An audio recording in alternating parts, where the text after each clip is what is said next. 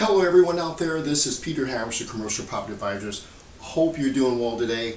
Now, as you know, we do a lot of coaching around this country on commercial real estate investing. We have many very successful students all across this country.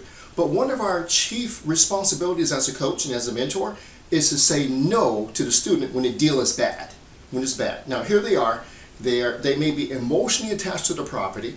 They may have a relationship with the seller, or they may have just known the property and watched it for a long time and really want the deal. Our job is to give them a frank answer based upon the facts, yes or no. And sometimes, well, most times, it's no, right? It's just like buying a car. Let's say you go out and buy a car and you discover that it's not worth the money. Maybe the car needs too much work, or maybe the seller is shady, right? Same thing applies with commercial real estate, right? So in this video, I'm going to share with you 4 reasons to walk away from a deal when it's in your best interest not to do the deal. All right, so let's get started. Now, these are just 4. There's many more than 4, right? But these are the top 4 that we run across as coaches and mentors to our students around the country. So let's get started. Okay, so here is reason number 1 to walk away when the numbers don't work, right? Now, in this particular case, the deal is over leveraged, right? Over leveraged is a common trap to fall into when you don't know what you're doing, when you are a beginning real estate investor, right? And trusting people that really don't invest, right? All right, so let me give you a quick example of what it is, all right? Before I start, so over leveraged means when you have too much mortgage and not enough income. Okay, so you want to be this way. You want to have a lot of income and a small mortgage. In this case, it looks like everything is okay, but in actuality, the mortgage is pushing down the cash flow on the property and makes it a dangerous deal where you should probably walk away. All right, so let's get started. Okay, so we have a 10-unit apartment building. Each of the rents are $708 a unit. That equals $85,000 a year, okay? So 10 times $708 times 12 months is $85,000 per year. I'm going to take expenses to be a little more than a third of that, okay, at $30,000. That leaves me with a net operating income of $55,000, okay? You follow me so far? Income minus expenses equals the net operating income, okay? Now when you subtract the mortgage, you need to subtract the debt. So from this number, we subtract the debt, which is $47,000 a year, and if you subtract the debt from the NOI, you come out with $8,000 a year in cash flow, or $667 a month. Okay? Now, what's the problem? Okay? What's the problem here? You have a cash flowing deal, you're 100% occupied, let's say it's in a good neighborhood. What is the problem? Why would we as coaches tell you to walk away at this point, okay, or to be very cautious, if not walk away? Well, here's the problem, okay? The cash flow is too low, $667 a month. All you need is one of these tenants to walk away, and your negative cash flow like $47. Got it? All right. So you have one of these people, one of your tenants walk away. You are 90% occupied, right? You think you're doing well, but you're actually negative cash flow $41, right? Again, and the reason why is, okay, your debt is too high compared to your NOI. I'll explain in 1 minute. Let me give you another example. Okay, here you are cash flowing $66, $67 a month. What if you have a broken window, right? These days, broken windows cost $700 to replace, right? So you have a full house, you have one broken window to replace, all of a sudden you're in negative cash flow, right? Too close for comfort here. And if this is the best you can do, I am going to tell you to walk away from this deal. Okay, it's not worth doing it. All right, now let me explain to you the measure that we use and professional real estate investors use, as well as lenders use to measure if there's enough NOI to cover the debt. Okay, it's called the debt covered ratio, or DCR. Okay, let me spell it out for you real quick. So DCR. Okay, debt coverage ratio. Okay, what ratio is this? It's the ratio between the NOI and the debt. Okay, so the NOI is 55,000 and the debt, okay, is 47,000. That equals, that's a ratio of 1.1. Okay, now for lenders, they want you to be at 1.2. Okay, so forget that you don't want this. You want to be at 1.2. At 1.2, this 0.2 is your buffer above the mortgage, so you have enough cash flow here. At 1.1, you're barely positive cash flowing. At 1.2, it's a buffer that lenders like and that we like. So we want you to be at least, okay, greater than or equal to 1.2. If not, you can have a broken window, you can have one tenant move out, and you're negative cash flowing. Okay? All right. So that's when you walk away. However, right? What's the solution to this scenario? That's where coaching comes into play. All right. So to improve the scenario, you can do two things. Number one, you need to improve the NOI. How do you improve the NOI? Well, by raising the rents or by reducing expenses. This number goes up, and then this ratio gets affected, and then you can be at 1.2 or higher. Okay, so that's one solution. If you can figure out a way to get the rents up quickly or reduce the expenses to increase the NOI, then we can proceed. The second solution is to do creative financing or seller financing. That's something here at our company we do a lot of. We're experts at. Don't try to do it by yourself. Too many variables when you do something creative that could trap you. All right? Okay, all right. So that is the first reason to walk away, is if you are over levered, if the numbers don't work, and it's the best you can do, you need to walk away. Trust me. All right? Okay, let's go to reason number 2. Reason number 2, shady seller. You can't do a good deal with a bad seller. Let me explain the situation to you. This is a real deal situation from one of our students, and I want you to tell us what you would do as well. Okay, all right. So initially, our student had a good relationship with the seller. They hit it off. They're talking on the phone a lot. They're emailing. They're texting. They visited the property. They even went to Starbucks and had coffee. All right. So great relationship building. Something we always encourage here. Okay. So they were able to go under contract eventually on this deal. And then after they go into contract, the seller goes silent for 7 days. Does not return any calls. Does not return any text messages. So head scratcher, and our student is like panicking. Peter, is this normal? I tell them, no, this is not normal. Okay? And then the seller delivers in those 7 days. They're supposed to give us income expense statements, rent rolls, property information. We got 0 in those 7 days, right? And all of a sudden the seller reappears and he delivers the due diligence documents, but much of it is missing. And what's there doesn't look real. To me, as a coach, looking at financials for the last 20 years, they look made up to me. They look fake, all right? So I told the student, hold on, they look fake to me. Go back to the seller, inquire more, and get more information, okay? All right, so at this point, this suspicion starts, okay? Not only from me, but also from the students. He knows, even though he's a beginner, he knows something isn't right here, okay? Now, let's continue, all right? So they scheduled the inspection for the property, the walkthrough inspection. The seller did not show up, all right? So we had to reschedule the inspection, okay? And then, so everybody was delayed. The inspector, the property manager, everybody was delayed for another week or so, right? And then we were able to get into the apartment building, but guess what? The seller did not have the keys for 3 of the units. He wouldn't allow us into the 3 units, and when the student door knocked, the tenants didn't even answer.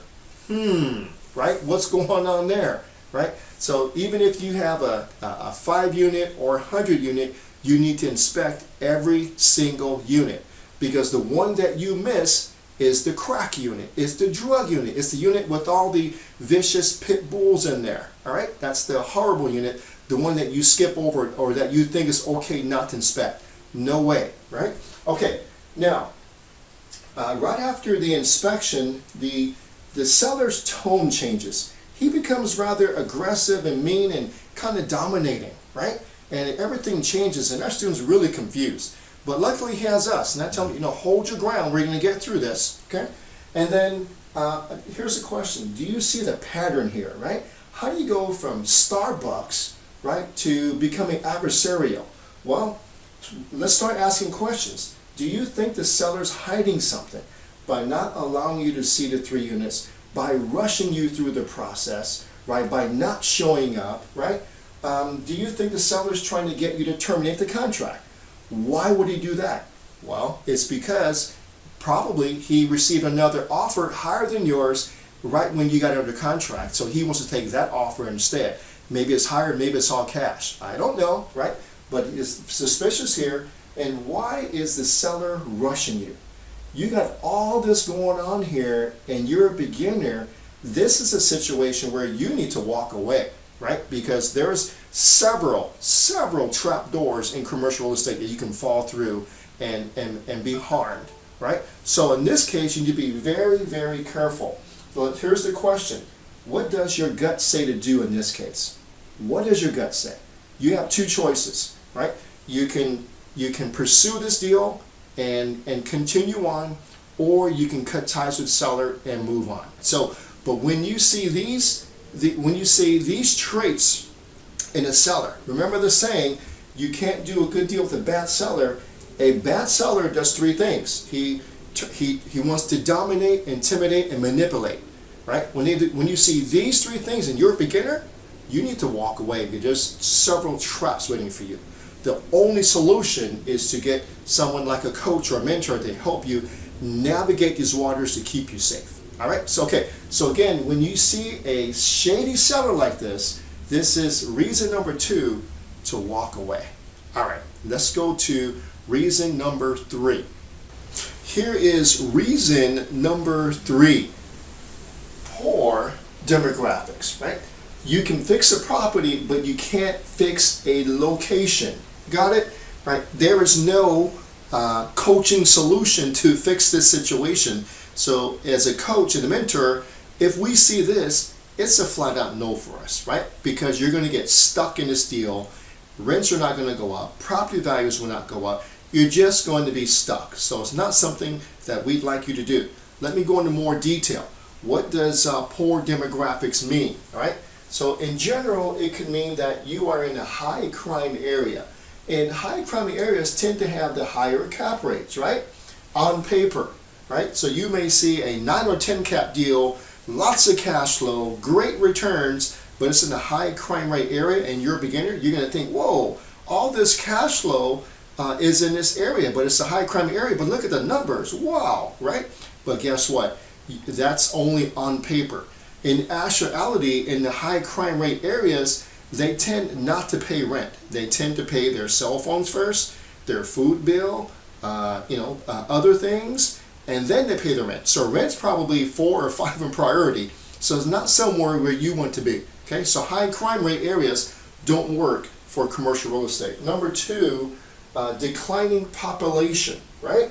And so what I like to do is find out why the population is declining. So it could lead to other discoveries, such as, right? Is the population declining because maybe there's high property taxes in the area, right? Or how about if there's a high cost of living? Or what if there's just poor city management? Where I was once in a very large metropolitan city where all of the young people were leaving because there was literally nothing for them to do, right? For fun. Even the work was not exciting there. It's a huge city. I'm not going to share what it is, but that city had a declining population until the city managers got a hold of it and started implementing some things to keep the younger people, okay, and avoid a catastrophe. All right. Number 3, lack of job creation. No explanation needed here. With lack of jobs, you have lack of tenants, you have lack of rent. That's it, okay? All right, and then number 4, degrading infrastructure, right? So now, degrading infrastructure. If you look around where you live now, you'll see bridges, freeways, roads, you see utility poles, right? all those things cost the city money to maintain. When a city or area is poorly maintained or poorly governed, right, the infrastructure starts to degrade. And if there is no money to fix up these things, right, like maybe an old sewage system, right, where there's no more capacity, or the roads are beat up and there's no money to fix, no money to fix them up, utilities are antiquated, things are catching on fire, power outages, all those type of things are happening, lack of water, right? When this starts to happen, this leads to 1, 2, and 3. So when the infrastructure starts to degrade, this happens, that happens, and this happens. And again, you need to walk away. No matter how good those deals are in these areas, you need to walk away because there's no hope for these areas at the moment. And you don't want to be the first to go there and have to wait 10 years or 20 years for this to get fixed. Got it? All right. Let's go to reason number 4. All right, here is number 4. And as I mentioned before, there are more than 4 reasons to walk away from a deal, but these are the top 4. All right, so let's jump into it. The 4th reason to walk away from a deal is when you have down to the stud renovation. You should walk away. Let me explain. All right, so when you own an apartment building, when a person moves out, or if you want to go in and renovate and raise the rents, there are 4 grades, we call them, so of renovation. The first grade is pretty simple, right? You go in, you clean up, and you wipe things down, and you re-rent it, right? So simple renovation. Grade number 2 is more common, is when you go in and you maybe have to replace the carpet, maybe replace some window shades, fix some patches on the walls. Grade 2, pretty simple, pretty inexpensive. Grade 3 is where you get the most bang for your buck, where you get to renovate the kitchen, the bathrooms, new flooring, new paint, maybe some accent walls. Okay, that's grade 3 renovation. That's when you get the most bang for your buck. That's when you can raise your rents most, right? Number 4, grade 4 is when you walk in and there's no flooring, right? So just bare wood, right, or cement, and all the sheetrock is gone, and you just see the studs sticking out, and then just the wood frame on the unit, right? Probably maybe it's been a burn unit or maybe a flood or something happened. So we call that renovating down to the studs, right? I don't recommend that as a beginner because too many things can go wrong, right? So that's something as a beginner you should walk away from. Now, let me share with you, 3 reasons why.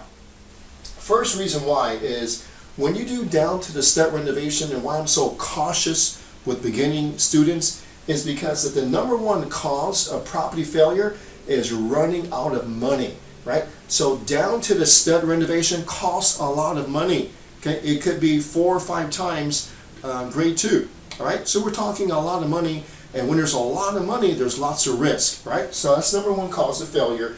Number 2, you have unreliable or dishonest contractors that you're dealing with as a beginner, and believe me, these contractors know if you know your stuff or not.